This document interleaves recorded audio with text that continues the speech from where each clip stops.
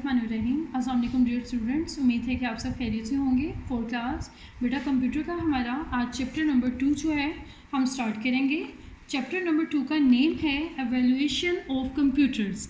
Evaluation का क्या मतलब होता है? इर्तिका कि मतलब कंप्यूटर का स्टार्ट कैसे हुआ, कंप्यूटर इस आजकल की जो जिस शक्ल में है कैसे आया, इसके बारे में हम इसकी स्टडी करते हैं। रीडिंग की तरफ चलते हैं। फर्स्ट हमारी रीडिंग है the invention of the integrated circuit brought about a revolution in the computer industry. Revolution का मतलब होता है इनकलाब, कोई गुड चेंज। ठीक है, लास्ट हम लोगों ने चैप्टर में इंटीग्रेटेड सर्किट का पढ़ा था। ठीक है, ये भी इन्वेंशन थी जो हुई थी लास्ट में। इंटीग्रेटेड सर्किट की फॉर्म में हमारे पास कंप्यूटर जो है वो आ गया था। बेटा पहले इधर ज़रा इन पिक्चर्स की तरफ देखें, यहाँ से देखें, आपको ये सारी समझ आएगी कि हमारी जो इन्वेंशन थी इंटीग्रेटेड सर्किट की, इसके बाद मज़ीद कंप्यूटर को इन्वेंट किया गया माइक्रो प्रोसेसर की फॉर्म में। माइक्रो प्रोसेसर जो है उसने मदद की आजकल का जो माइक्रो कंप्यूटर है उसको इन्वेंट करने में। ठीक है, ये एक स्टेप बाय स्टेप प्रोसेस था इंटीग्रेटेड सर्किट से हमारे माइक्रो कंप्यूटर तक का, कि आजकल का कंप्यूटर इस शक्ल में कैसे आया। चलें अब हम स्टडी की तरफ चलते हैं। हमने स्टार्ट किया इंटीग्रेटेड सर्किट्स जो हैं उनकी जो इन्वेंशन थी आजकल की कंप्यूटर इंडस्ट्री के लिए एक बहुत ज़्यादा अच्छा चेंज था या गुड रेवोल्यूशन था। आगे देखें, it leads to the invention of the microprocessors in the 1970s।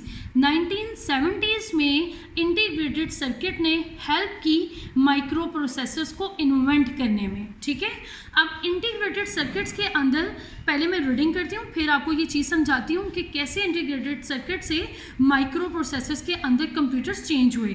Thousands of integrated circuits that included all the components of the computer. ठीक है, कि तमाम कंप्यूटर के जो कंपोनेंट्स हैं वो इसके अंदर शामिल होते थे। From the central processing unit, central processing unit से मीन्स आपका CPU एंड मेमोरी यूनिट्स, आपका मेमोरी यूनिट जो है वो भी इसके अंदर शामिल था। टू इनपुट आउटपुट कंट्रोल्स, आपके इनपुट आउटपुट कंट्रोल मीन्स के आपके हार्डवेयर्स वगैरह सॉफ्टवेयर सब कुछ each and everything integrated circuits के अंदर आ जाता था। Were on a single chip. Single chip जो है ये वाली लाइन, इसका मतलब है कि ये आपका माइक्रो प्रोसेसर है और ये सारी जो डिस्कशन थी ये आपकी थी इंटीग्रेटेड सर्किट के बारे में, कि इंटीग्रेटेड सर्किट में हज़ारों जो कंप्यूटर्स की जो उनका सेंट्रल प्रोसेसिंग यूनिट्स, उनके मेमोरी यूनिट्स, उनके इनपुट आउटपुट कंट्रोल्स जो थे वो यूज़ किए जाते थे। लेकिन माइक्रो प्रोसेसर ने इन सब की जगह ले ली एक सिंगल चिप की वजह से। ठीक है, कि आपको इतना ज़्यादा हैवी किस्म का मटेरियल उठाने की ज़रूरत नहीं थी। एक छोटी सी चिप आपकी लगेगी आपके CPU में या सेंट्रल प्रोसेसिंग यूनिट में और आपका कंप्यूटर बहुत ज़्यादा तेज़ी से और एक्यूरेटली वर्कआउट करेगा। ठीक है, ये इन्वेंशन थी जो आपको समझाना बताना ज़रूरी थी। आगे बात करते हैं, the production of micro processors enables the development of micro computers. ठीक है, अब हम बात कर रहे हैं कि माइक्रो प्रोसेसर्स ने आजकल के जो माइक्रो कंप्यूटर्स हैं उनको डेवलप करने में, मज़ीद उनको अच्छा करने में हमारी बहुत ज़्यादा मदद की। ठीक है, पिक्चर में आपको समझा चुकी हूँ कि इंटीग्रेटेड सर्किट से माइक्रो प्रोसेसर्स में कंप्यूटर्स इन्वेंट हुए, फिर माइक्रो प्रोसेसर से माइक्रो कंप्यूटर्स के अंदर इनकी इन्वेंशन हुई। आगे बेटा इसी पेज पे देखें, एक्टिविटी आपके पास, which modern devices use integrated circuits. आजकल की कौन सी मॉडर्न डिवाइसेस हैं जिनके अंदर इंटीग्रेटेड सर्किट्स जो हैं वो यूज़ हो रहे हैं? आपके कंप्यूटर्स। ठीक है, ये उनका लेटेस्ट वर्जन ही है ना इंटीग्रेटेड सर्किट्स का, कि आपके माइक्रो प्रोसेसर्स वगैरह यूज़ हो रहे हैं, आपके मोबाइल फ़ोन्स के अंदर यूज़ हो रहे हैं और आपके टैबलेट्स के अंदर इंटीग्रेटेड सर्किट्स जो हैं ये यूज़ हो रहे हैं। नेक्स्ट हम पेज नंबर 11 पे चलते हैं। पेज नंबर 11 पे अब हम बात करेंगे इंटरनेट के बारे में। इंटरनेट के से आप सब फेमिलियर हैं, आपको पता है इंटरनेट क्या होता है, कि आप अपने मोबाइल से, आप अपने कंप्यूटर से किसी भी किस्म की, किसी भी शहर, किसी भी चीज़ के बारे में कोई भी इंफॉर्मेशन लेना चाहो तो आप जस्ट जो है गूगल के ऊपर वो डालते हो और आपको सारी की सारी इंफॉर्मेशन जो है वो आ जाती है।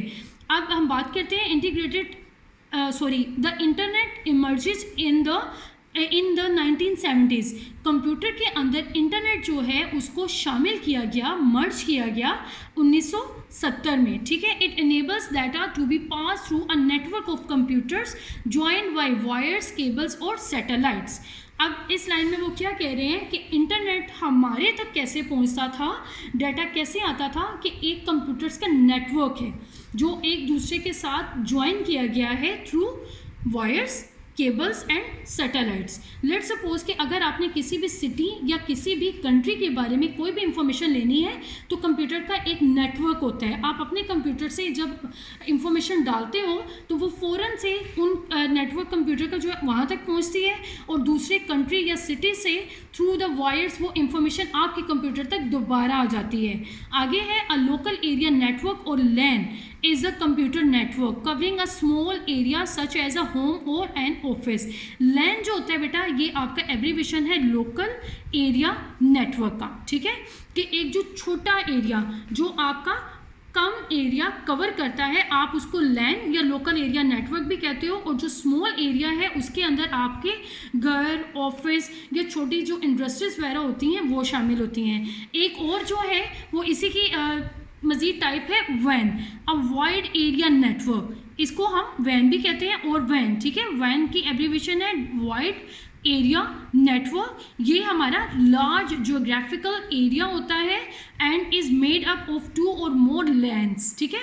ज्योग्राफिकल बहुत ज़्यादा बड़ा एरिया कोई होता है या तो एक अकेला जो होता है एरिया उसको हम वैन कहते हैं, या छोटे छोटे से लैंड्स या छोटे छोटे से जो हमारे नेटवर्क्स होते हैं उनको हम मिलाएं तो वो वैन बन जाता है, ठीक है। The internet is an example of the वैन, और हमारा जो इंटरनेट है वो एग्जाम्पल है वैन की। क्यों? क्योंकि उसके अंदर बहुत ज़्यादा लार्जर ज्योग्राफिकल एरिया जो है वो शामिल होता है। आगे बेटा अब पेज नंबर 12 पे चलते हैं कि आपने कोई भी चीज़ सर्च करनी हो तो कैसे कर सकते हैं। Search engine helps us find information on the internet. Search engine जो होता है वो हमारी हेल्प करता है किसी भी किस्म की इंफॉर्मेशन जो हमने इंटरनेट से लेनी होती है उसके लिए। वी एंटर अ वर्ड और a series of words in the search bar.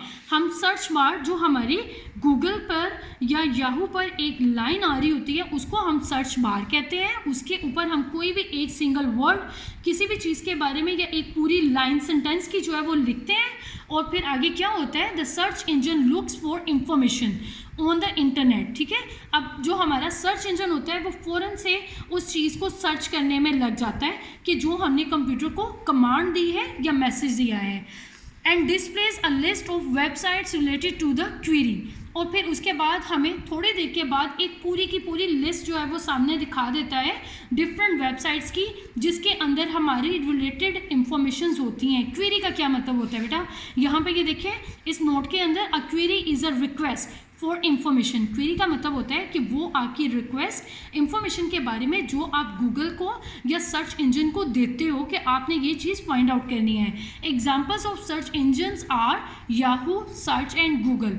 आप इन तीनों के ज़रिए, सर्च के ज़रिए, गूगल के ज़रिए या याहू के ज़रिए आप कोई भी किसी भी किस्म की इंफॉर्मेशन जो है वो फाइंड आउट कर सकते हो। आपको यहाँ पर बेटा कंप्यूटर स्क्रीन पर गूगल लिखा हुआ नज़र आ रहा होगा, एक नीचे बार नज़र आ रही होगी, इसके अंदर आप कोई भी वर्ड या सीरीज ऑफ वर्ड लिखेंगे तो आप किसी भी चीज़ के बारे में इंफॉर्मेशन हासिल कर सकते हैं। उम्मीद है आज का लेसन बेटा आपको अच्छे से समझ आया होगा। इसकी रीडिंग कीजिएगा। ओके, अल्लाह हाफिज़।